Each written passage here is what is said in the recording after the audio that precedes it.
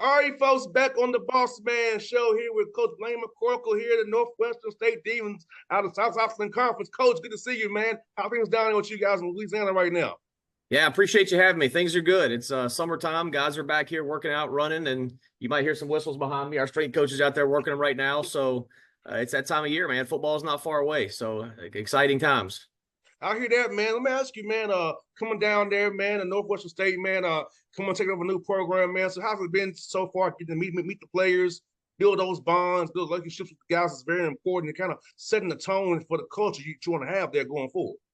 Yeah, it's been great so far. This is a place and a group of young men that I think is hungry for something new and different, and it hasn't been easy, this program has been through a lot, in the last year, with having to shut down the season and losing a teammate and all the things that these guys went through last year. So, one thing that I really said when I first got here and meant was, I wanted to come help. I want to come help with part of that healing process, one. And one of the best ways to heal is to get life, back to normal. That doesn't mean you forget what happened, but you do have to go back to work and start sweating and bleeding with your brothers and go out there and play football. So you went through spring practice, and I think we found a bunch of guys that were just hungry to get out there and play ball again. And I think it was very refreshing for them. And we're excited about where we are. Hey, Coach McCorkle, let me ask you this, man. For you, man, how much are you putting in team stuff right now in the spring and summer versus just trying to get guys individually better in their position groups and in their rooms and just get them bigger and faster and kind of maybe install more come fall camp period in July coming up?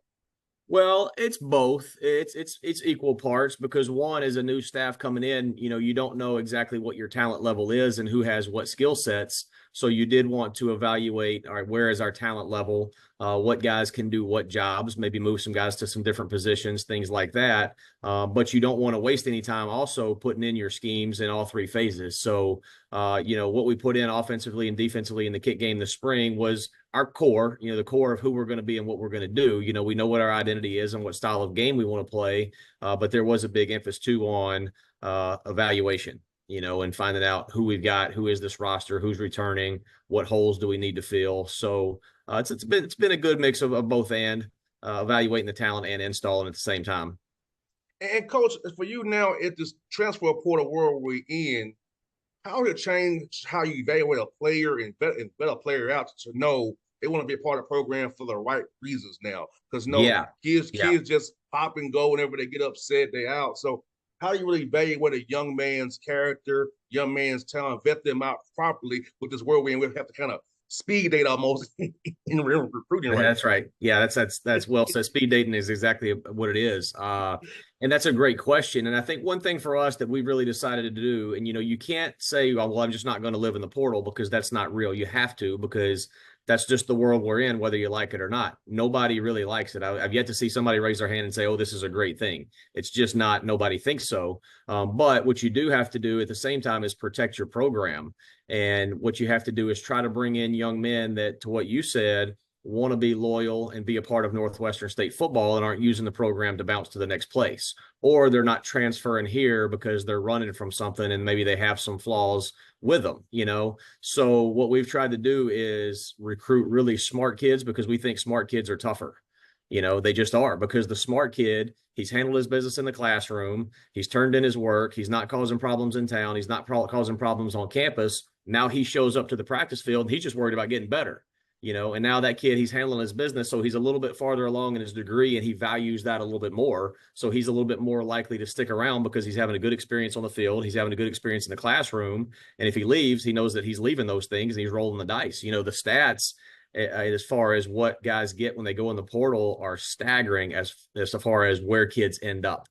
It's like 80-something% in FCS football end up at the same level or a lower level. Very, very few of them go get that NIL deal and move up, because that's just not the real world. The reason that stuff makes news is because it's rare, right?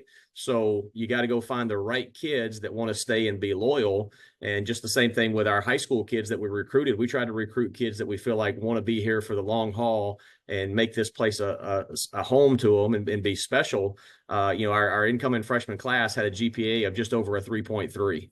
And that's unheard of in Division I college football. Now, they're really good football players too. We're not just going to recruit a bunch of choir boys that go to class. You know, you got to be a good football player. That's the first qualifier. But if you can find the good football player who has that second intangible with them, that's the ones you want. And I think that's the way you can lessen your numbers of guys jumping in the portal and bailing, because let's be honest, it's a little bit of a cop out when things get tough, as you said. You know, I want guys that want to challenge themselves and be motivated and can take coaching and criticism as a positive thing, and not of take my ball and go home. Yeah, because coach, I feel like this is a problem when I'm almost 40 years old, so I Oh, can you're old, speak to. yeah. Yeah, so like a lot of these young men, but the generations, they don't have I like accountability. Like when I make a mistake, I own up to it. You know, I don't run from my mistakes. If I screw up with a guest or a booking or a sales or whatever, I own it to whoever I got own it to. That's just who I Right. am. I'm not going to run from. So when I screwed up, I screwed up. So I feel like a lot of these young men aren't accountable for their actions. They just want to bail to somewhere else and try to act like it didn't happen, like they said, run away from a problem. I want to confront it head on and be better going forward, and not That's right. run away from something, because it's gonna make you grow one way or another. That's right. Because wherever you transfer to or wherever you try to run to, that problem's going to follow you. It doesn't magically go away because you put on a different jersey. And, you know, whatever it is in your character, your makeup, that's going to go with you too. So if you do that, you got to really look yourself in the mirror and say, okay, what am I going to do to change at this next stop? If you're not willing to do that, nothing's going to change. You're going to find the same issues everywhere you go. So I think you're exactly right. And accountability is real. And I want to find the kids that crave accountability. You know, in our human nature, you know, we're designed to want to be disciplined, to want to be structured, to want to be held accountable. So we want to find the guys that crave that, you know, and feed off of it. And I think that's how you can grow a program. 100%, coach. And for you, coach, let me ask you this, man. You got a good non-conference schedule, man, for getting that Yeah. tough Southland play, man. Talk Yeah. about telling yourself in the non-conference games, those tough opponents you have, and how it would give you that early test for you getting that conference play, because you got some dogs in Southland Conference to deal with, man. That's right. Yeah. Yeah. Our non-conference schedule, I think, you know, they always put the ratings out of strength of schedule and stuff like that. It'll be easy to see. And I won't be surprised if we're not really, really high up there. You know, we've got 2 FBS programs. We open up at Tulsa on the road on Thursday night. Anytime you go to an FBS program on the road, you know, obviously that's a challenge in itself because the scholarships, the talent, the whatever. Then we come back and we play Prairie View A&M here, who played for the SWAC championship last year. And I just saw one of the publications today had them picked to win their division of the SWAC again. So that's a very strong opponent right off the bat at home. Then we turn around and play a second FBS program in South Alabama, who is salty, as we know. That's a good football team. That's a really good physical football team that does some good things. Then we come back here and play Weber State, who is a perennial playoff team. Then we go to Southeast Missouri, who year in, year out, you know, is towards the top of their conference. So there's no gimmies in the non-conference schedule, that's for sure. And then we dive right into conference play with our old rival coming back into the conference with Stephen F. Austin. That'll be our conference opener. So we're not easing into anything, that's for sure. But we're excited about it. If you're a competitor, you want to be challenged, you want to play good teams, and that's what we're going to do. Yeah, man. And coach, that would get fired me up, man. Like I'm challenging myself early. I want to see whose work really paid off in the summertime here in the That's spring. right. It's Yep. really going to show whose work paid off. Then it's going to give you that barometer where we have to go. That's right. That's right. Yep. So it'll be here soon. I think we're like 84 days from kickoff right now. So it's winding down fast. 100%, coach. Best excuse, man. Coach, for you in your playing career, man, in your journey, when did you decide you want to get into coaching, man? I was interested in knowing when you guys finally got the bug to want to coach and give your life to these young men and helping them out. Yeah, I don't think I've ever thought of myself doing anything other than coaching. You know, my whole life, I think I always knew I'd have a whistle around my neck. I grew up in it. My dad was a college coach growing up. I tell people I'm 48 years old and I've been in college football for 48 years. I mean, and that's true. You know, I've truly been around it since birth, and I don't think I can imagine myself ever doing anything else. You know, you'd mentioned that you talked to my cousin up at Dartmouth there, and same thing. My dad, his uncle, he kind of watched him and got into it, and then I think we got 4 college football coaches in our family, and myself, my cousin there at Dartmouth. My dad was a college football coach, retired forever there now, and then we've got another cousin, George Litton, lives in North Carolina, and he was a college coach forever. He's in his 80s now, so it's a little bit the family business. It's kind of what we do. So. And honestly, people ask me all the time, what would I do if I wasn't coaching? I have no idea. I can't imagine life without college football. It's a wonderful game. It's a beautiful game. And the things that it gives you off of the field too, there's nothing like it. And the opportunity to invest in young men It's a pretty cool deal. I say all the time, I believe that God puts a call on everybody's life. And I believe that my call is to grow men because, you talked about it a minute ago about the generation and lack of accountability. And I think we're lacking that in today's society. So if I feel called to grow young men and to be what God called them to be, and I love this great game of football, why would I not put the two together and Oh take it as an yes. opportunity to grow men that the society is proud of and are going to make a difference someday? So, yeah, I don't ever see myself doing anything else. No doubt, coach. And that goes for me, man, coach. Thing about football I love is my teammates and the camaraderie. Thing about on the radio is I can talk to guys like you every day and have camaraderie There with you you, go. dog. I still get to Right. have that kind of that rush still. And now on the field with you all, like to talk to you today about football. So me, that's Right. still gets my juices flowing. But I miss the part of being with the guys, those funny things in the showers, locker rooms that you remember, or practices where somebody goofed off and acted a fool. Those are the memories that you keep at home. Go to the homecomings and when you get together, just go and hang out with your teammates. I mean, that's part of the game I love, the camaraderie and the friendships that you build from this great game of football. That's right. Yeah, there's nothing like it. And then, I don't know where else in society young men can truly get that, in this day and time. So it's one of the last great strongholds of manhood in society today, I think. We gotta hold on to it and protect it with all we can.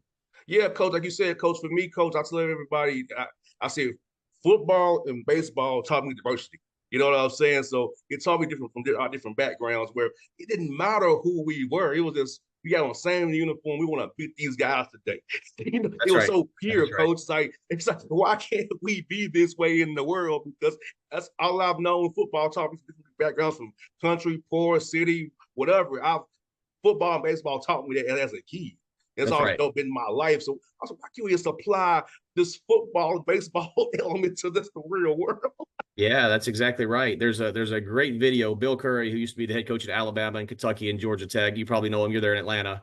I Uh, do know him, yes. has a great video on YouTube that everybody ought to look up. It's called The Huddle. If you just look up The Huddle by Bill Curry, it describes perfectly exactly what you're talking about and how, if everybody in society could just spend one day in a college football huddle, the world would probably be a better place because you realize, all the things that we let divide us and nitpick each other about, they don't matter. They don't matter. All you care about when you get in that huddle is, lining up with your brother and going to work for a common cause and all the other stuff goes away. So, I wish everybody could experience it just for a little while. 100%, coach. And for you, coach, man, as you meet these guys, man, how's it been fun to go out and build rapport with these guys? Because I know it's one thing for me when I was on a team is building that rapport. So for you, man, how fun was it to build rapport with these young men and get them to buy into you and your culture and your staff? Because that's so important today with the support thing is that the guys trust you and they really know you invested in them fully. And then not just on their end, it's like a transaction per se. Is that Coach McCorkle really loves me for me, not because I'm a Yeah. number one. Yeah. That takes time and it takes work, and that's not easy. And I think when we first got here in December and January, started having some meetings. I think there's a few days where these guys kind of looked at me like, all right, who is this guy? What's he really talking about? Because we came in strong. We didn't want to ease into anything, because if you ease into something, you can never get it back. No So we doubt. wanted to know exactly who we are, what the standards are, what our culture is going to be. But it was neat over the course of the semester in the spring to watch them slowly, one by one, be like, all right, that's starting to make a little sense. Or I'm starting to buy into this. I'm starting to like it. And I think they bought in as a whole probably a little bit quicker than maybe we thought they would. You always know when you go in, it's going to take time with any relationship. It takes time to grow trust and understanding, but they bought in pretty quick, and it's been neat to see. I was previously the head coach at Belhaven in Jackson, Mississippi, Division III school over there, and I was there 6 years, and we kind of went through the same process. The team there was really very similar to the team here in terms of recent success, talent, culture, academics. The whole thing were a little bit of a mess there, just like they are here. And I think the kids here actually bought in a little bit quicker than the kids back there did. And when I left Belhaven, I think that group of kids was as close and united as any group of kids I've seen in 26 years of college football. And it was really a special, special thing to see and watch develop. But I do think in some ways, and our staff talks about it a lot, they may be catching on to some of those things a little quicker here than they did there. So that's very encouraging. And it's neat to see and build the relationships and get to know them. And, you're always going to have a few that you get a little bit closer to than the others. But those are the things that make it special. And, we finally got moved in here in town with my wife and our house and all that stuff. So we're looking forward this summer to having a bunch of guys over and continuing to grow and build that. So that's the fun stuff is watching the unity grow. Oh yes, and coach, I ask you, man. Last one I got for you, coach. Those long hours in the office, man, is building this roster out, building the staff out.